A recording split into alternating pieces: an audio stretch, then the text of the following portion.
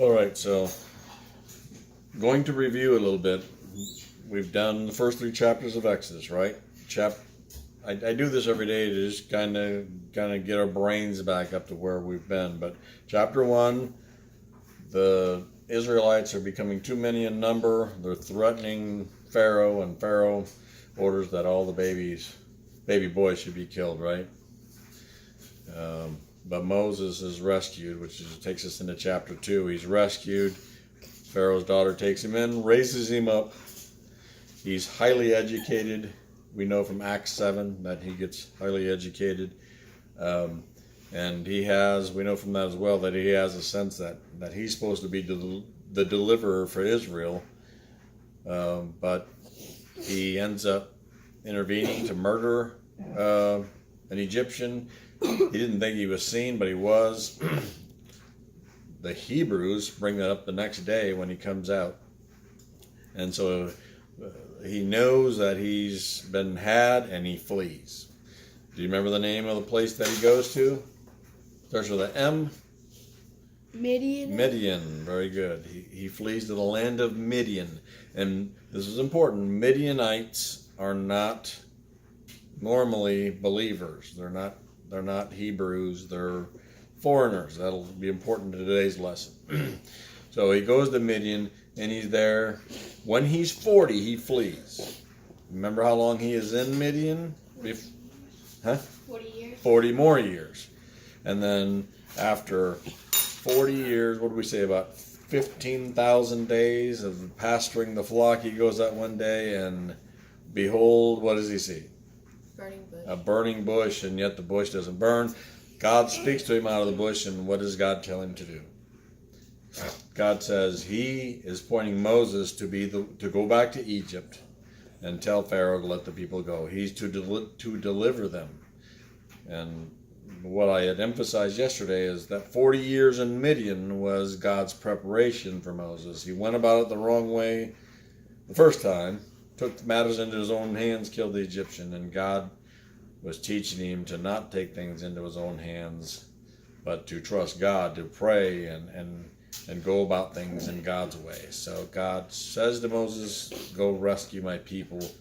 And then God tells him that he's supposed to go back, but Moses is fearful, right? He's like, they won't remember me. Those that do want to arrest me. And if I tell the Hebrews that I'm to be their deliverer, they're not going to believe me, and they'll probably run me out of town or stone me or something. He's feared. He's got all these excuses, but God reassures him that what God's telling him to do, God will follow through, and God will make sure it happens. And not only will He lead them out of Egypt, but that when they leave, what crazy thing will happen? That the Egyptians will give them all their wealth, bribe them essentially to leave, which is crazy. But God said it would happen. So that's how chapter 3 ends, and where we pick up in chapter 4. I normally read out of New American Standard, but as I've been studying this passage today, I like how New King James says it better, and so I borrowed somebody's version. New King James, I'm going to read out of that. Exodus 4 verse 1 says, Then Moses answered and said, But suppose they will not believe me or listen to my voice. Suppose they say, the Lord has not appeared to you. God didn't talk to you. What if they say that? So the Lord said to him, What is that in your hand? He said, A rod. He's a shepherd, so shepherds often had a rod with a hook in it that they could help a sheep that had fallen in a valley or something. They can hook it and pull it up out of there. And God said, Cast it on the ground. So he cast it on the ground, and it became a serpent. And Moses fled from it, just like I would, right?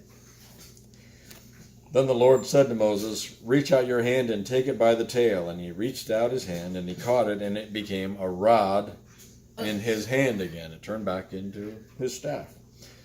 He said, This is so that they may believe that the Lord God of their fathers, the God of Abraham, the God of Isaac, and the God of Jacob, has appeared to you. Furthermore, the Lord said to him, Now put your hand in your bosom. And he put his hand in his bosom, and when he took it out, behold, his hand was leprous, like snow. And he, this is God, said, put your hand in your bosom again. So he put his hand in his bosom again and drew it out of his bosom, and behold, it was restored like the other flesh.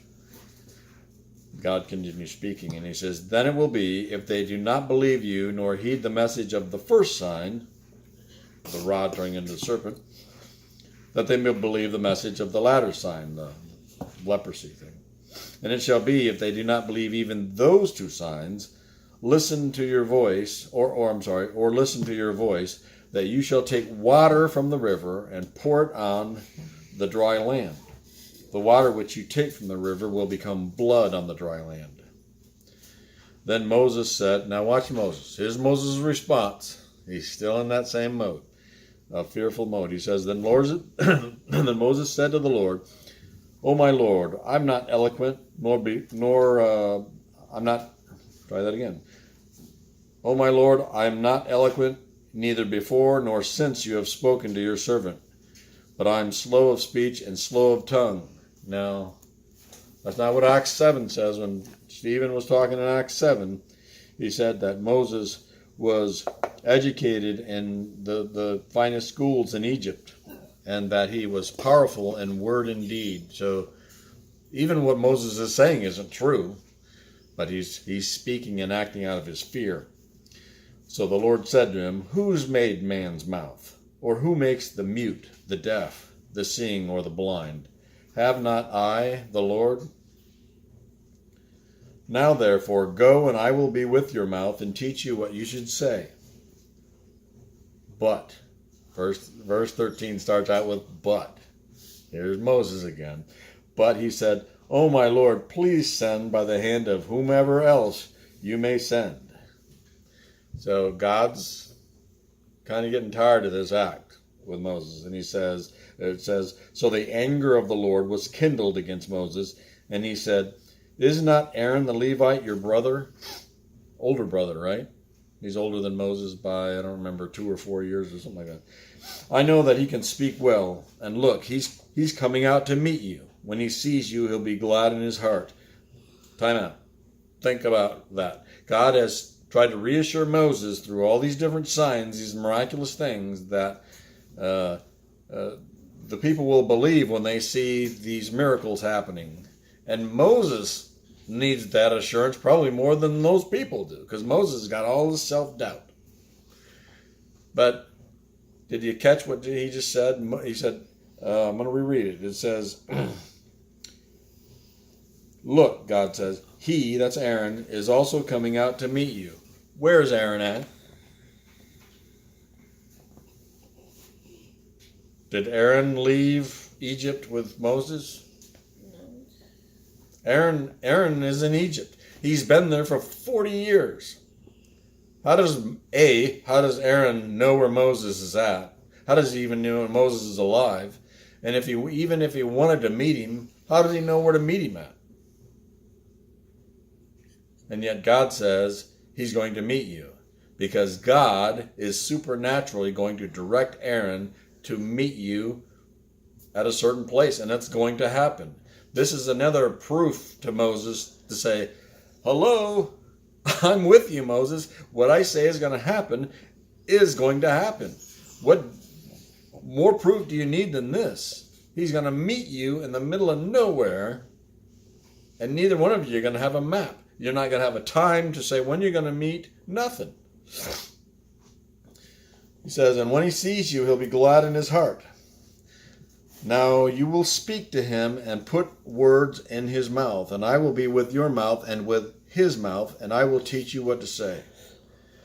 So he shall be your spokesman to the people, and he himself shall be a mouth for you, and you shall be to him as God. Now what is it? Moses is not God, and that's not what God is saying. God is making a parallel. The prophetic ministry in the church, its function is to hear what God is saying in the Spirit and tell the people of God what that is. That's always been needed, and it's still needed. And this is the same pattern for this. God is going to speak to Moses Moses will tell Aaron, and Aaron will tell the people. And you shall take this rod, same one, in your hand, with which you will do the signs. So Moses went and returned to Jethro. Who was that? His father-in-law. That's right. Zipporah's father. Moses' father-in-law. And he said to him, please let me go and return to my brethren who are in the land of Egypt, and see whether they are still alive. So Moses hasn't been down there for 40 years. He hasn't been home. So Aaron doesn't know where he is. He knows where Aaron is probably, but he doesn't know if he's alive. He doesn't, except that God just told him Aaron was coming out to meet him. So that told Moses that Aaron is still alive. But Moses doesn't know what's going on in Egypt. I mean, it's not like today where we have Fox News and CNN and we can just find out about stuff. He's completely in the dark, so he wants to go see if they're still alive. And so Jethro, his father-in-law, says, go in peace. Now the Lord said to Moses in Midian, go, return to Egypt, for all the men who sought your life are dead. So that gives him a little reassurance. So maybe he won't be considered a criminal now when he goes back there. Then Moses took his wife and his sons and set them on a donkey, and he returned to the land of Egypt. And Moses took the rod of God in his hand. This is an important verse, because Moses took his wife and sons also. He didn't just say, well, honey, I'm going down to Egypt for a little while. I'll be back, and I don't know how long I'll be gone, but I'll be back. He's taking them with him. And that's important, as you'll see in a second. And the Lord said to Moses, when you go back to Egypt, see that you do all these wonders before Pharaoh, which I have put in your hand. But, and God's giving him a forewarning here, letting him know how this is going to turn out. He says, but I will harden Pharaoh's heart so that he will not let the people go. Then you shall say to Pharaoh, thus says the Lord, Israel is my first son, my firstborn. So I will say to you, let my son go that he may serve me. But if you refuse to let him go, indeed, I will kill your son, your firstborn. Remember, that's the last plague. This actually happens. So he's giving Moses a little bit of a hint about how this is going to go down. It's not just going to go back there, talk to Pharaoh, let my people go, and out the door they go. God's giving him a heads up that this isn't going to be an overnight thing. And it came to pass on the way at the encampment that the Lord met him and sought to kill him. Let's read that again. Verse 24. And it came to pass on the way at the encampment, where they had stopped overnight apparently, that the Lord met him. Who is him? Moses. What? And sought to kill him? He just sent him to go to Egypt to deliver people. What's going on? Let's read the next couple of verses and see if we figure this out. Then Zipporah, that's his wife, took a sharp stone and cut off the foreskin of her son and cast it at Moses' feet and said, surely you are a husband of blood to me. So he, capital H, that's God, so he let him go. Then she said, she's mad at him. Then she said, you're a husband of blood because of the circumcision. So what in the world is this all of a sudden? Out of nowhere, this little incident takes place. And God is going to remove Moses before he even gets started, it seems. This is a verse that has tripped up a lot of people, a lot of theologians over time, not really understanding what's going on here. But I think it's safe to say that the following. Moses was not going to Egypt alone. He was taking his family. And as a leader of the faith, he needed to set a great example, a good example, but a great example. And he wasn't being a good example with respect to his sons. Way back, you might remember in I think it's Genesis 12, God introduced circumcision. And that was supposed to happen to baby boys on the 8th day as a sign of the covenant, the agreement, the contract God made with Abraham to the Israelite people, that if they kept God's ways, God would be with them. And Moses hadn't done this with his own sons. He's supposed to be the leader of 1 million people. And he's going to go basically tell them, well, I try to lead them on how they lead them out of, not just out of Egypt physically, but a leader leads people spiritually. How can you, if you're a hypocrite, how can you lead people? Moses had not circumcised his sons. This was a big deal to God. It could have been anything else that God said do as the sign of the covenant. In this case, it was just circumcision. Moses hadn't circumcised his sons, and yet he's going to go down there and be the leader. See, here's something to think about. Moses had been 40 years in Midian, and God had taught him a lot of things he needed to learn. But Moses was in a foreign land. The Midianites were not Hebrew. They didn't believe in the Hebrew way. Moses had zero fellowship. And this is an important thing for every believer to keep in mind. You need fellowship. You need to be around other believers, because if you're just in the world contaminates you. It's like playing in the mud. You get dirty. You need to be cleaned off. You need to be spiffed up again. And that's what part of what fellowship and communion is all about. And Moses hadn't had that for 40 years. And it seems like in some ways he got a little lax in his faith. Even when he had his sons were born, in the 8th day, they weren't circumcised. Like God commanded them to be circumcised. So God was testing Moses. He let him go a little bit on the way on his mission, but Moses, I'm guessing God had maybe hinted to Moses this is something he needed to do, and Moses took it lightly, and God said no. And the real thing isn't the circumcision. The real thing is Moses' heart. Moses needs to obey God and do what God says to do. And if he won't do it in such a relatively small thing with his sons, how in the world is he going to be able to do it with 1 million people, or whatever the number was? So God confronted it. And so did his wife. And here's the thing. What was his wife's name? Zipporah. Zipporah wasn't a believer until Moses showed up. And it seems she's the one who insisted on this. So apparently she became a believer, but she had to take the leadership of the family. Much less, he thought he was able, he presumed that he could lead all of Israel, and yet he couldn't even lead his own family. His wife had to confront him about his failure to circumcise the boys. And check this out. Who did the circumcision? She did. He wasn't even man enough to handle it.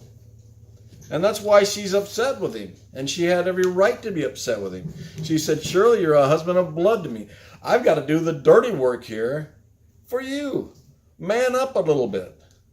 Be the leader you're supposed to be. If you're going to lead them, you got to lead us first. Basically what she's saying. All right, so let's move on. Verse 27. And the Lord said to Aaron, now here's I'm at like a split screen. God's doing all the stuff with Moses, but way back in Egypt, God's dealing with Aaron. And God spoke to Aaron, and he said, go to the wilderness to meet Moses. Can you imagine that after 40 years? He's wondering if his brother's still alive. And God, one day, one night, whatever it was, God said, he's alive. I want you to go meet him. And I'll just go. I'll show you where to meet him. That's pretty scary stuff to go out without a map somewhere. But he went and met him, he met Moses, on the mountain of God. From chapter 3, which was the mountain of God, you remember? Mount Horeb. Very good. Mount Horeb. So you can look that up on a map. He met him on the mountain of God and kissed him. Now, when you haven't seen, imagine not seeing one of your brothers and sisters for 40 years. And when you finally see him, I mean, that's a pretty big deal. And so Moses told Aaron all the words of the Lord who had sent him and all the signs which he had commanded him. So Moses, they had quite a reunion. It wasn't just, hey, I missed you so much. It was, after all that, it was like, here's the deal. God's doing something huge here. He's appointed me to go do this, and Moses lays it all out to Aaron. And it says, then Moses and Aaron went and gathered all the elders of the children of Israel. They go back to Egypt, and Aaron's familiar to them, but they don't remember much about Moses. And so Aaron brings them in, and they have a meeting with the elders. Not all millions but the heads of each tribe are brought in, and they have this big council, and Aaron and Moses tell them the deal. And Aaron spoke all the words the Lord had spoken to Moses. Then he, that's Moses, did the signs in the sight of the people. So the people believed, and when they heard that the Lord had visited the children of Israel and that he had looked on their affliction, then they bowed their heads and worshipped. So Moses' great fears of going back were unfounded. The people listened, and they listened so much that they bowed and worshipped. A lot of time, I mean, there's so many lessons in this chapter, but I guess the one that sticks out to me is fear. Moses is an example of a lot of the same kind of fears that we have. We act too much out of our fears instead of trusting God. If God commands us to do something, he also makes the way and works it out, and we don't need to have fear. We don't need to listen to fear. We don't need our actions to be dictated by fear. It's okay, don't misunderstand. Fear is a real emotion. It's a legitimate emotion in and of itself, just like every other emotion. But our emotions, fear is just one of them, our emotions should not dictate our behavior. And our emotions should not determine whether we obey God or not. And Moses is in the process of learning this lesson. And there in chapter 4, he stepped out, and God kind of, I think, gave him a little shot of confidence, a little bit of courage that he could trust God more than he thought he could. And he's got a big job ahead of him, and we'll read about that in the next several chapters.